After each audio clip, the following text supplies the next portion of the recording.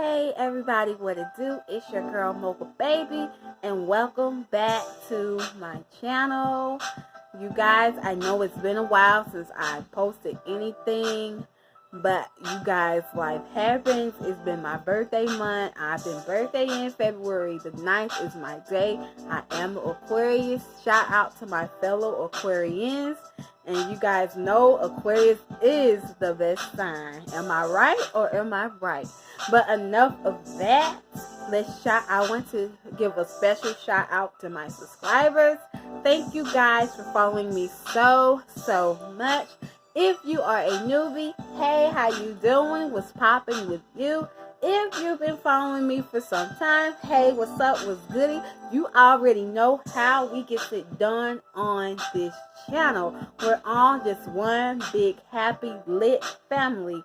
And without further ado, we're just going to dive right into it. You guys, this video has been most awaited for me in some time. I had people blowing me up on my Twitter like, yo, when are you going to react to these third and the fourth episodes of One More Chance, the reunion special? So I'm just gonna get right into it. First things first, gonna recap, even though it's not really a whole lot to recap. We left off with Yodela running up on Snack Mills, and from that last little clip we got to see, it kind of looked like Yodela did in fact put them paws on Snax. But as we get into this third installment, we see that that is the furthest from the truth, and we get to see who actually put the paws on who. Yodela was completely disheveled, wig was completely torn off, that melted lace front was melted no more, boob was coming out of her dress. Things got very quickly. They went from 0 to 100 real fast, y'all, and we got to watch it all unfold. So it was probably maybe a minute, no more than 2, before security rushed in and, broke them up. But by this time, damage had been done. Snack's wig was off, but Yodela clearly was the loser of that fight. Then, of course, since she's completely disheveled, she has to go to the back. And BDB, which was a total shock to me, also went back there with her, as well as Cheeks, which wasn't that much of a surprise because they are, in fact, friends. But the thing that got me, one of the things anyway, because it was so many things that got me in these 2 episodes, was when BDB was sitting out in the audience and she said, and I quote, "Beat her ass." That was the most laziest I've ever heard anybody say, "beat her ass," in my life. And I was kind of confused at first as to who she was talking to. Like, was she telling Yodela to beat Snack's ass, or was she telling Snax to beat Yodela's ass? Because, in the house, BDB and Snax, were cool, I suppose. But then as you keep watching the show and keep watching everything unfold, I'm guessing she was telling Yodela to, in fact, whoop Snax. Because she was, in fact, backstage with Yodela and Cheeks, which is surprising, kind of telling the cameraman to get out. She didn't want nobody back there. She had to fix herself, get herself together. She had to gather herself after that. And her mom was back there, and she was on FaceTime, I'm guessing, with somebody. They didn't really tell us or elaborate on who she was talking to, but she was just saying like, yo, I got in a fight with this girl, and in her mind she was saying, I booked this girl, I had to get in a fight with this girl, I had to put them paws on her because she playing with me, this, that, and the other. And then Believable was back there. Not Believable, BDB was back there. And I'm still like, okay, sis, what are you doing back here? This really didn't have nothing to do with you. I believe you just wanted a little bit of screen time. I ain't mad at you.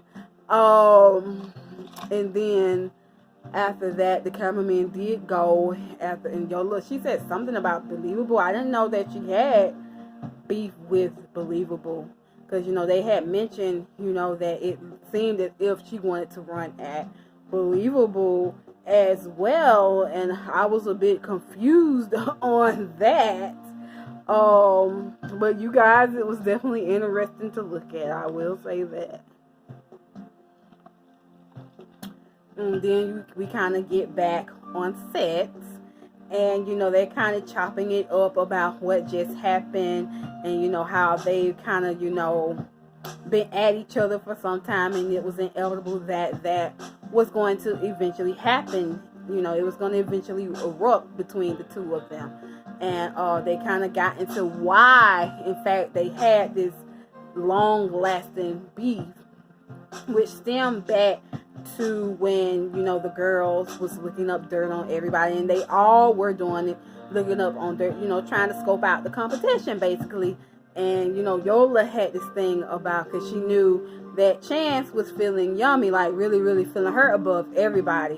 And it was apparent throughout the entire season, even from like the first episode, that he was, you know, he had already made up in his mind that, okay, yeah, I like this one right here. So she decided that she was going to kind of react that, you know, with her own move of saying that, you know, Yummy is this industry girl, and she's been linked to this person and that person, this star and that athlete, whatever. And that she, in fact, had a guy while she was in the house. And, you know, that's what led to the whole Snax yodela beef.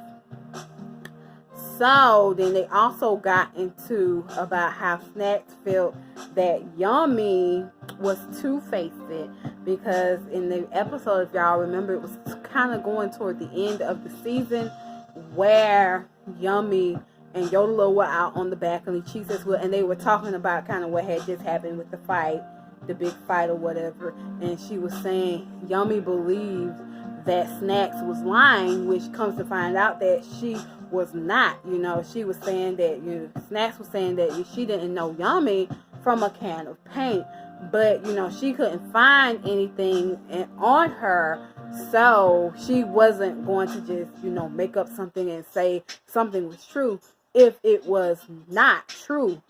And she felt hurt that Yummy would pretty much be two-faced like that and go yuck it up with Yodela like that, which, you know, I was kind of taken aback by that as well. It did have me looking at her sideways.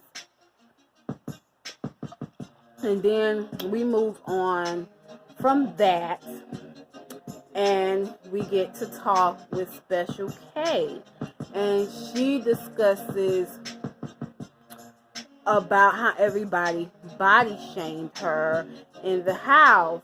And I was just like, sis, didn't nobody body shame you? You kind of, you know, took on that particular role in the show yourself. You said that people were body shaming you.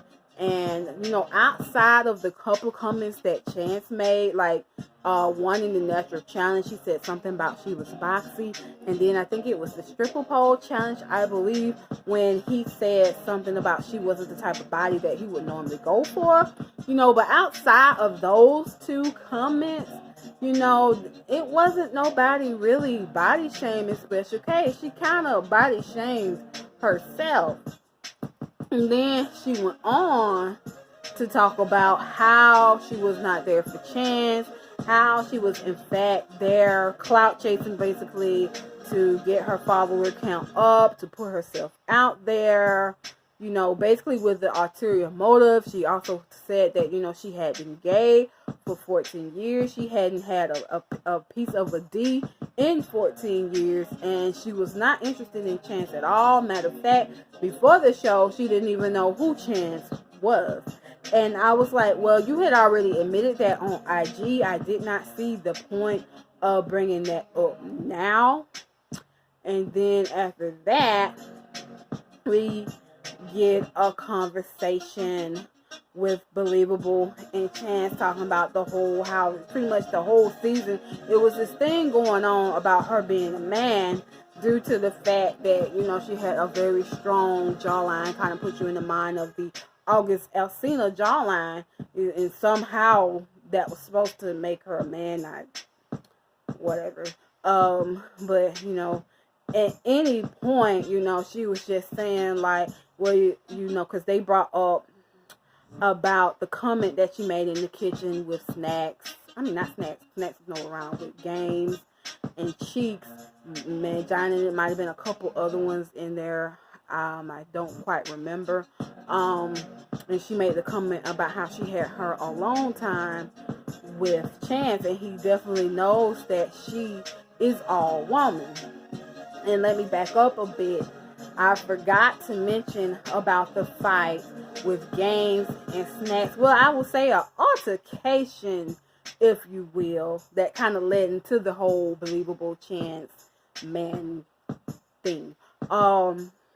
What had happened was, you know, going back to the whole Yummy situation, and you know, they was also talking about some things about Chance and Yummy, and saying that, you know, they had did the do and had sexual intercourse, and he ate her out, this, that, all that. And you know, she was saying that she just wasn't running around telling people that it wasn't really their business. Like if they asked, she told the truth about it, but she wasn't just broadcasting it just all around the house like they tried to make it seem like she was. And you know, Snax was just like, well, ask me who said it. And then they did ask her who said it, and she brought up Games' name.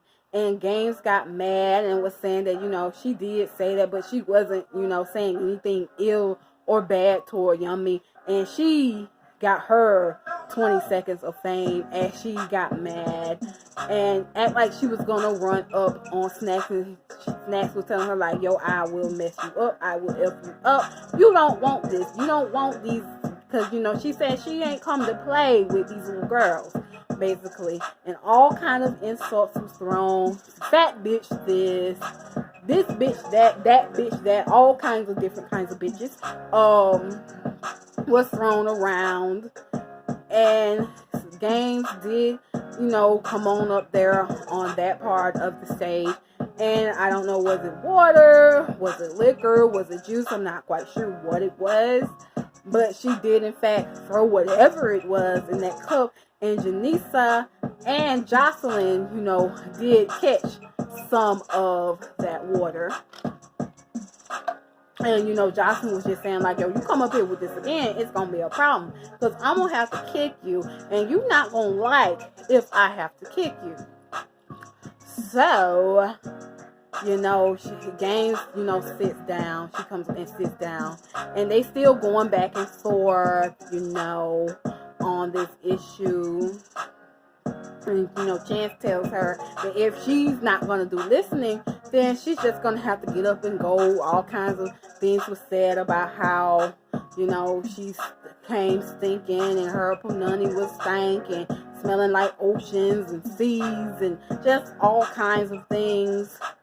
And she was calling Snacks a blueberry, a big fat blueberry this, and you know, Snacks was saying something about how she'll get her man to do this, and that to her, and that's just what it is. And we went on with this for a while.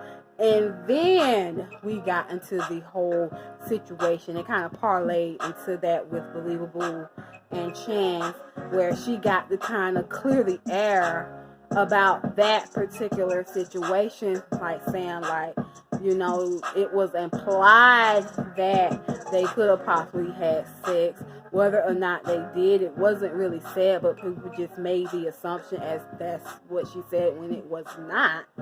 But you know how people's minds are. They generally always go there, because I have to admit mine went there too. But Chance said that they did not have sex, and Believable did say, well, they did not have sex, but we were in the bed together. And Chance was saying, like, you act like I did an examination on you, and I definitely felt here and felt there, and, you know, was able to decide whether you was a man or not. And then she said, well, you was filling up on me, you know, rubbing on me, and this, that, and the other. And, you know, at first he was saying that he did not, but then he did have to admit, like, I rubbed on your booty a couple times, but that still doesn't really tell me whether or not you're a man. And, you know, I only did that after I got clearance for Yummy back in the Natural Beauty Challenge as well, where he asked her to look in her underwear to see if she was a man or a woman. Did she have a vajayjay? And they were trying to get her to say, was it a pretty vajayjay? Which she never did really say. She just said, well, you know, it was a vajayjay. And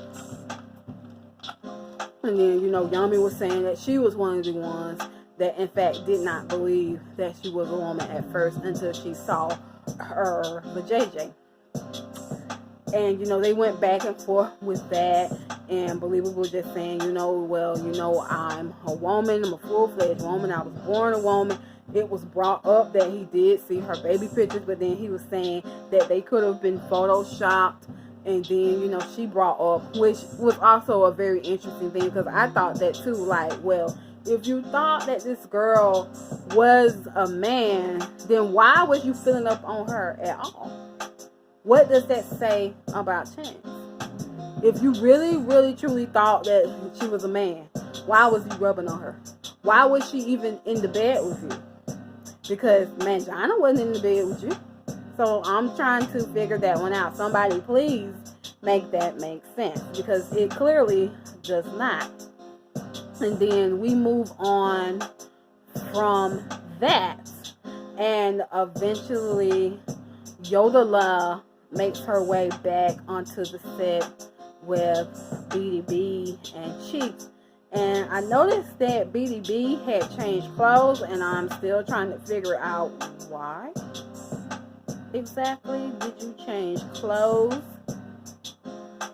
And then another thing that was interesting during that fight, Special K lost her shoe, and she made this big deal out of it about how she wasn't going to be caught slipping, and somebody could get her shoe, find her shoe, or, you know, get tennis shoes or something, which she did end up doing. Somebody did bring them to him, and she put them on. I kind of thought that whole bit was irrelevant, and really she could have sat down with that. Like, it wasn't as big of a deal as she made it out to be. Like, okay, you don't have your shoe, okay, you ain't got your shoe. We all know that a lot just happened.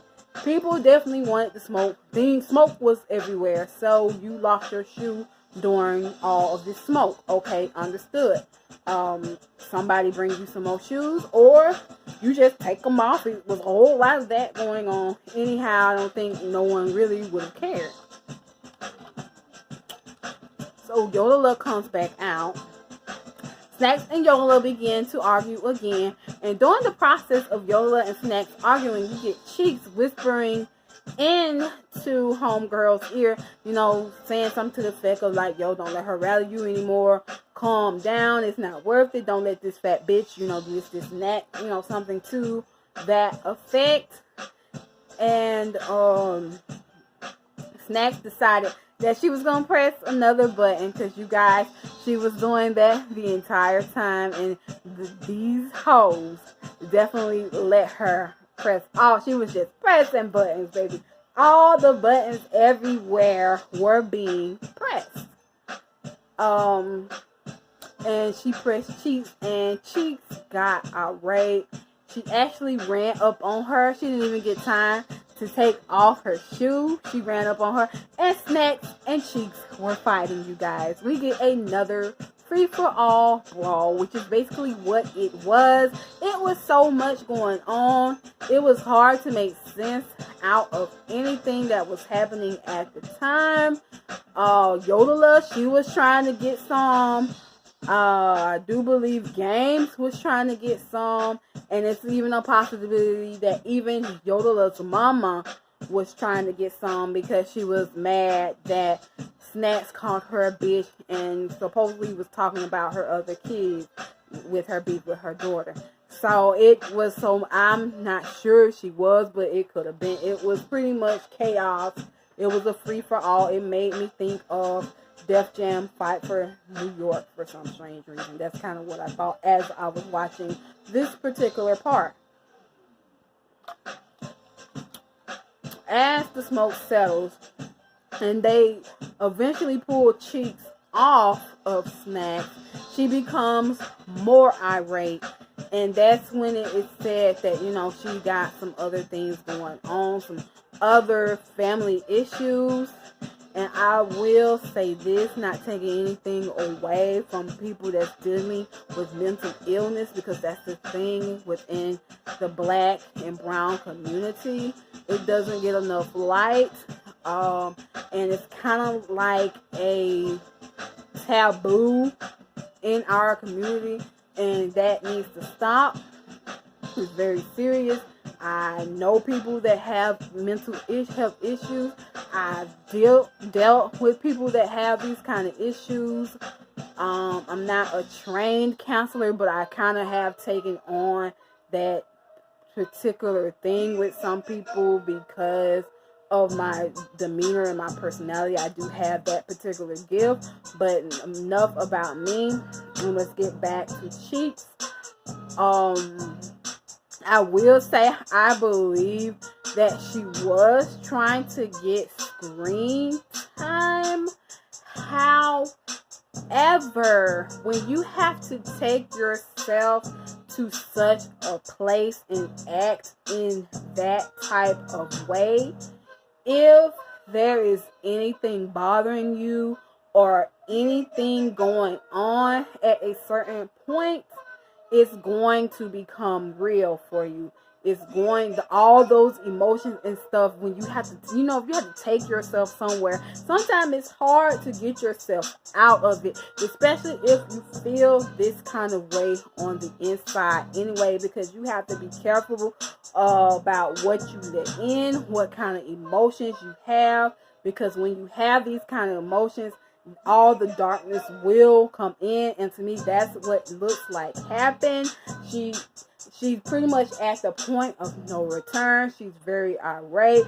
She's acting erratically. You clearly can see that there is some form of issues going on. And see, it started out to me thinking that she wanted to get making up for lost time on the show, because on the show in the house we didn't even know really that she was there. Outside of the incident with Grandma Mom, she was a mouse pretty much. We didn't even know she was really there.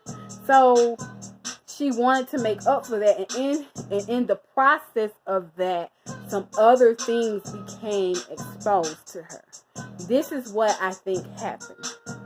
This is exactly what I feel happened. It got so bad till they had to physically snatch her up and escort her out to the backstage area in the bathroom. She's yelling and screaming. Nobody pretty much can get through to her, and it's going back and forth between her backstage having a meltdown and pretty much the production on the show at a standstill. We get Snax, who was just cutting up, having a field day, asking Chance like, yo, why do I have to keep two-piecing your women? Why do I have to keep two-piecing your women? Why do I have to keep fighting all your bitches? And then she goes into this British accent, and y'all, it took me out. You hear me?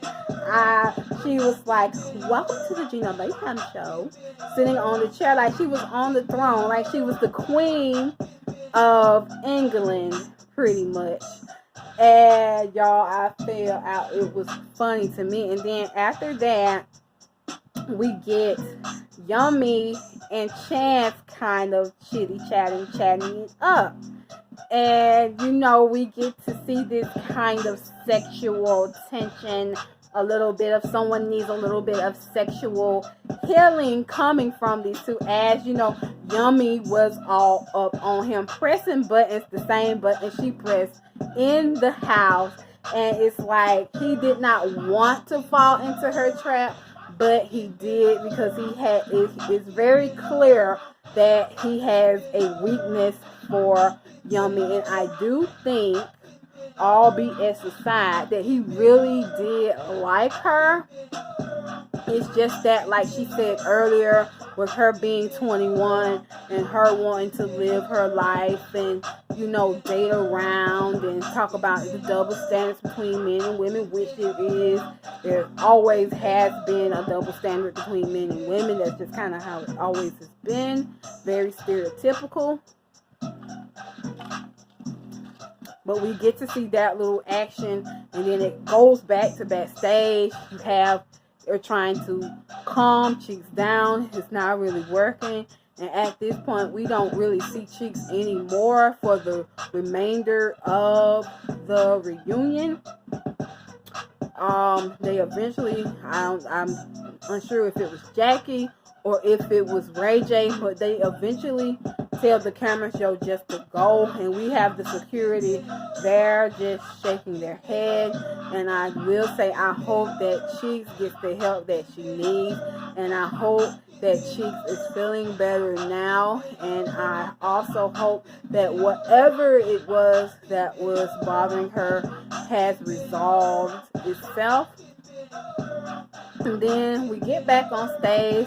Jocelyn comes back. We got Janisa. She's being very messy. You know, she says that, you know, well, while you were gone, these two was over here chatting it up. And then, you know, they were asked about that. And Chance was saying, well, you know, he was saying that he does have a lot of love for her, but they just can't be together.